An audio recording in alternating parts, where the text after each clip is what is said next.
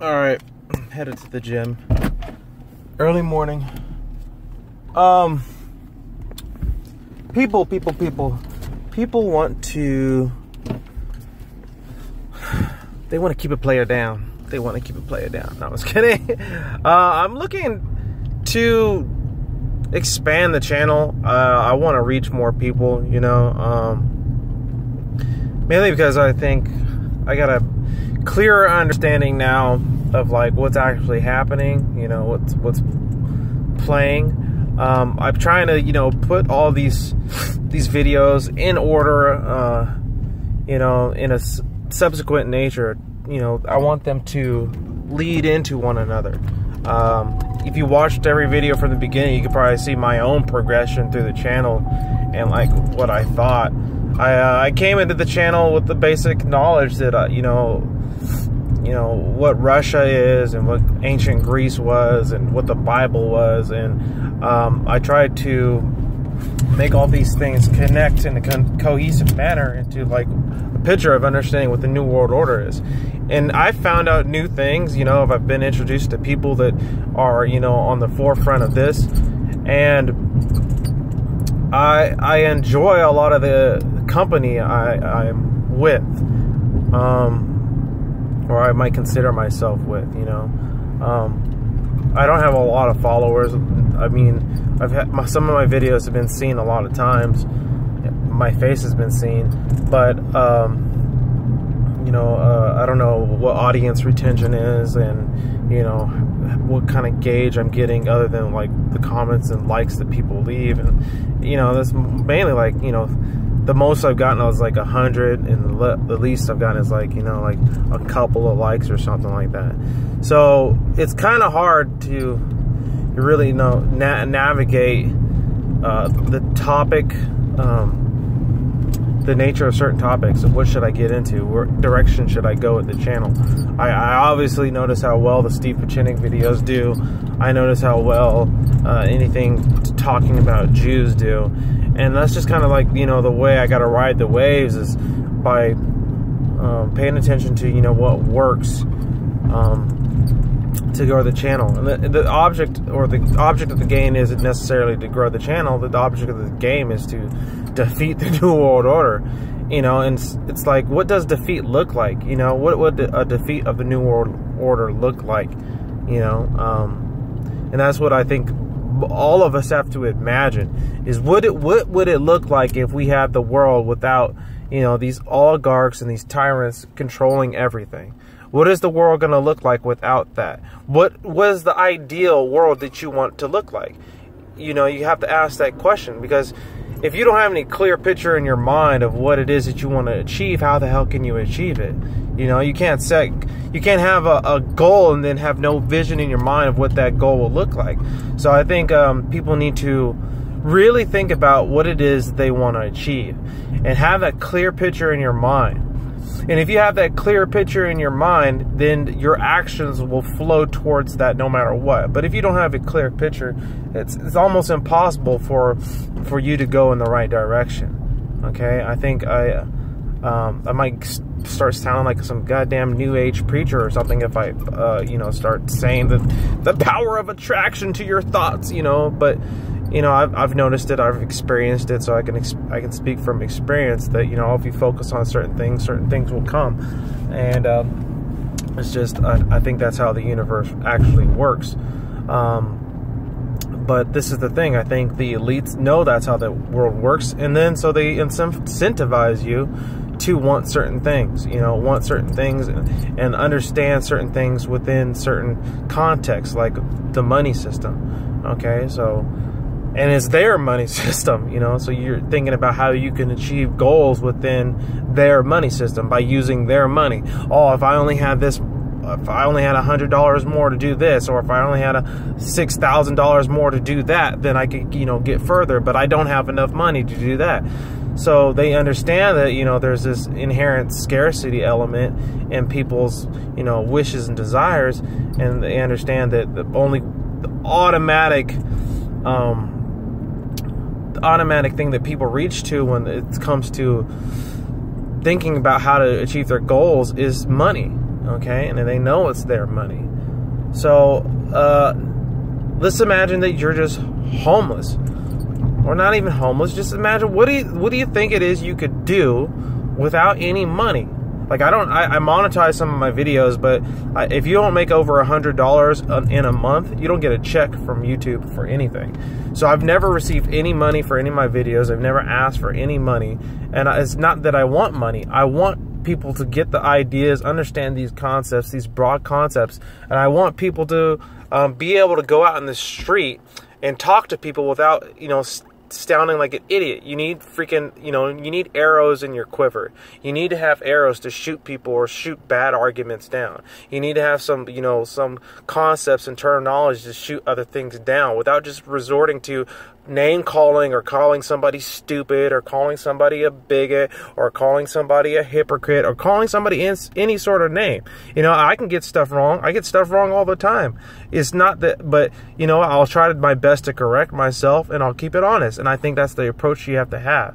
And your job isn't to always to just be out there trying to, you know, point out hypocrisy. I noticed that when I watch a lot of these, you know, these confrontations between Trump supporters. I don't even know why Trump supporters still exist, first of all, and dumbass Antifa people. Okay, I mean, it's just like they don't really have much to talk about. There's not much, you know, in people's quivers when it comes to, you know, philosophical or historical discussions. People don't know much, you know. They don't have anything to really draw upon. And so they're just using their talking points that they get from Alex Jones or whoever their favorite YouTube commentator is. And I'm not people's favorite YouTube commentator, you know. A lot of the stuff that I say isn't agreeable with a lot of people.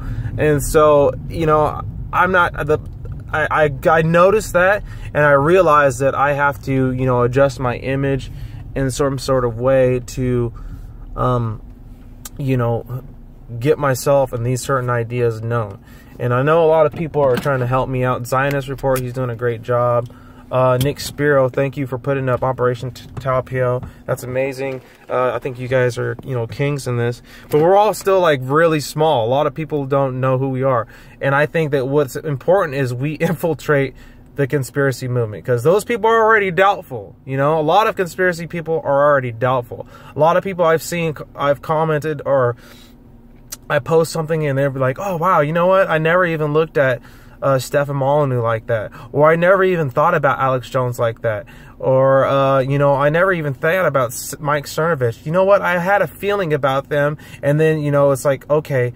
So I feel like Brendan O'Connell, I don't know if you're watching this, man. I love your work, but man, yeah, I think calling out people like Max Egan, you know, whoever else it is that you calling out might be counterintuitive, man. What are you doing? You can't, like, you know, I understand you might be burning bridges, but you know that you're aware of that. But I think those guys are even smaller players. I think you need to do, with your wealth of knowledge, you should just call into, like, the Alex Jones show. Call in. I mean, spend a day calling in or something, man. You know, there's all kinds of radio shows. I could do that too. I work at like 3 in the morning now. So like I get home, I'm super tired. I don't even really like, it's hell of hard for me to make a video, but I'm addicted to making damn YouTube videos. I'm making a video right now on my way to the gym. I'm so addicted to it. But yeah, it's really hard for me to, like, I don't know, feel coherent as I used to when I actually worked, you know, at night, and I could have like the mornings when I just woke up to, like, you know, speak my mind. So I don't know, I'm trying to get like a better sleeping pattern together, but yeah, we got to be more tactical. We got to be more strategic in our approach to, you know, converting people over to real truth, not this fake truth that is claiming it's the alt-right, which is just the, you know, the false set, or the antithesis to this false dichotomy between the right and the left. Okay, it's a false dichotomy. A lot of times I'll put up information and I'll show them, you know, the antithesis to that information. I try to get the best sides of both arguments and then just try to destroy them both so we can come to some understanding of how there is flaws in, like, everybody's argument. Almost everybody's arguments got flaws in them because of, you know, tautology, or, you know, just misinterpreted generalizations of terminology, okay? We don't know what certain words mean, and we just assume they mean, you know, what everybody else in the consensus means. Like, I just watched a video today of this kid on InfoWars going up to some guy, and he's looking at the Kekistanian flag, and he's like, "That's a Nazi symbol." And the guy's like, "What does Nazi mean?" I don't know. I just know that's a Nazi symbol. And it's like, you don't even know what Nazism is, but you're mad at Nazism. How are you going to go up against something if you don't know what it is? If you can't clearly define it? If you can't clearly define it, you can't go after it. You can't attack it. If you don't understand what it is you're attacking, you can't attack it. You're just attacking it. You're just lashing out. Okay?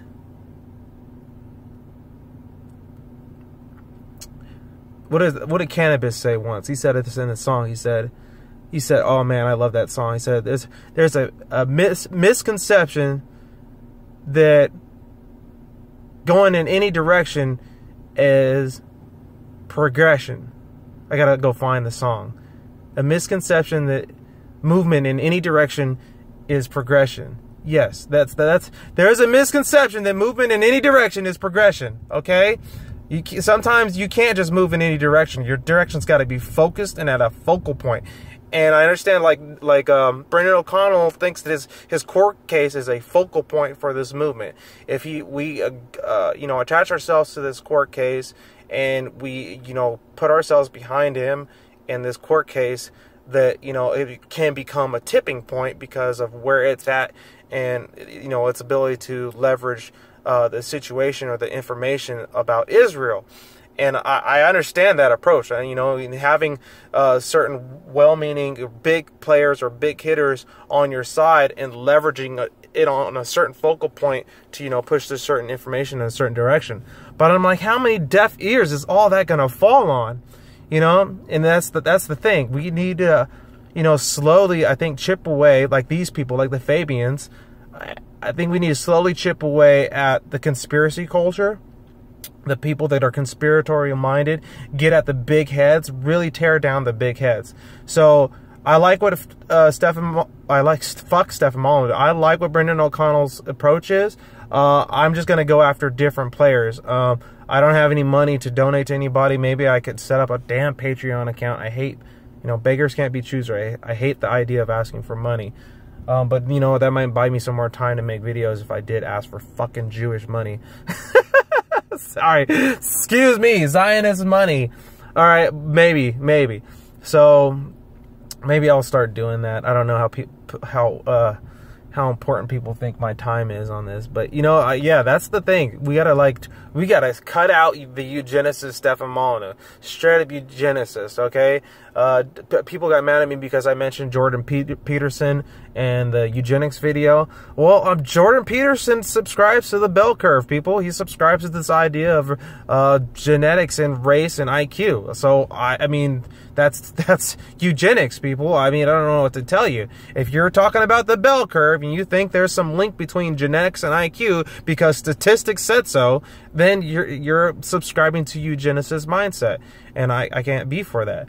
So sorry if I offended your your Lord and Savior Jordan Peterson, the guy who's attacking all things that are feminist and whatever. I like Jordan Peterson. I like him. Okay, it's just on that one point where he's like, okay, you're supporting eugenics here, dude. You don't even realize it. I don't think Stephen Molyneux realized it. That chick Lana Lockteff, I did a video on her. She knows that what she's talking about is eugenics. She's proud that it's eugenics.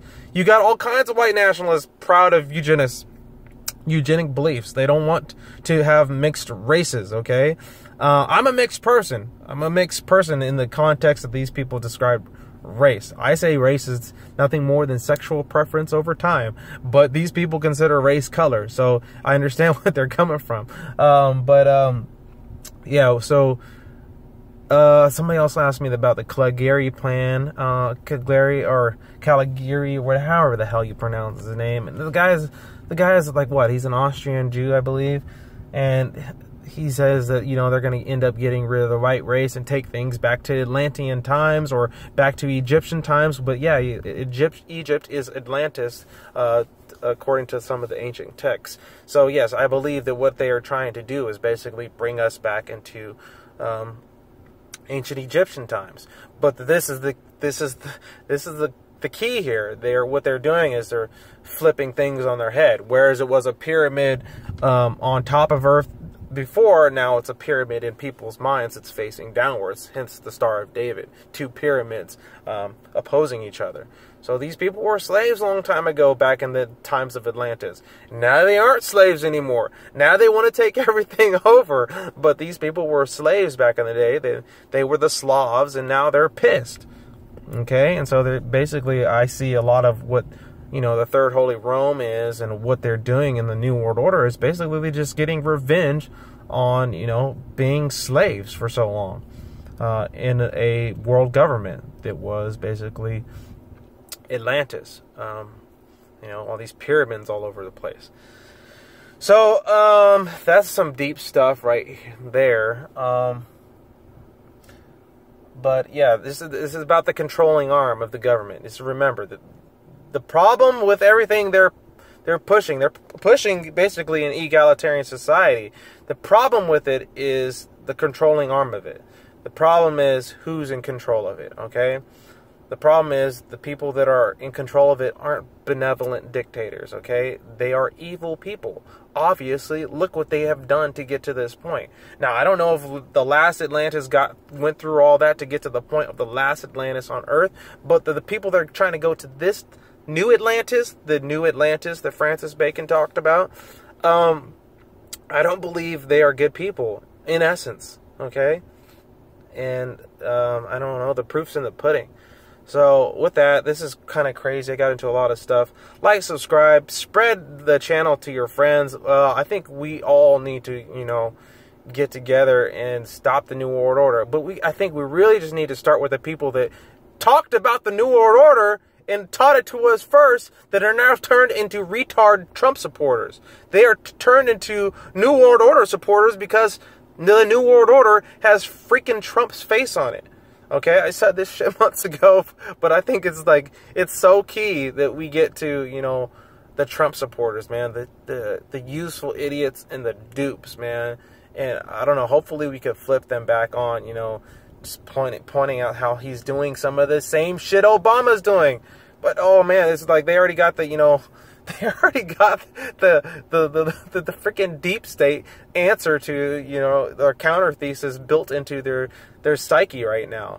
No, that's not Trump's fault. That's the deep state's fault. So it's like, man, I don't know. It's gonna be tough. It's gonna be tough. But we gotta expose how the deep state's bullshit. You gotta expose how Trump's basically, a Zionist, a communist. He's married to a communist. Whose father was the head of a communist party. I mean, what more do you need? He's basically talking about how we need to support Putin and Netanyahu at the same time. So what more do you need? But we got to find out what, these Alex Jones heads need here to wake them up, because they're the closest to us. The cultural Marxists, the left, they are almost completely gone.